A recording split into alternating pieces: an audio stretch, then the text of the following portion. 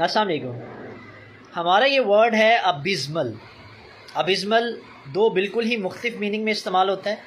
इसका एक जो आम मतलब है वो तो होता है एक्सट्रीमली बैड या होपलेस, बहुत ही बुरा होना या बहुत ही मायूस कुन होना।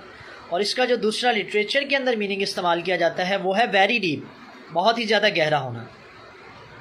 अब अगर हम वेरी बैड के तौर पे इसके मिलते जुलते अल्फाज देखें तो उसमें हम इस्तेमाल कर सकते हैं टेरेबल, हम इस्तेमाल कर सकते हैं ड्रेडफुल, हम इस्तेमाल कर सकते हैं एट्रोशियस।